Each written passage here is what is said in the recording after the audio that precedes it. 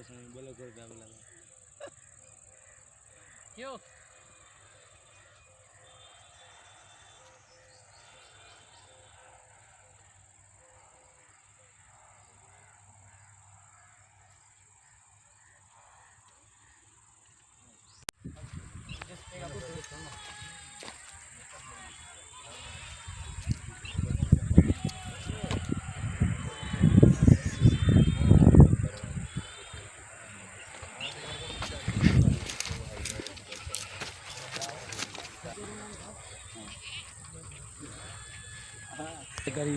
इसका पेपर बारी वैसा बता पा रहे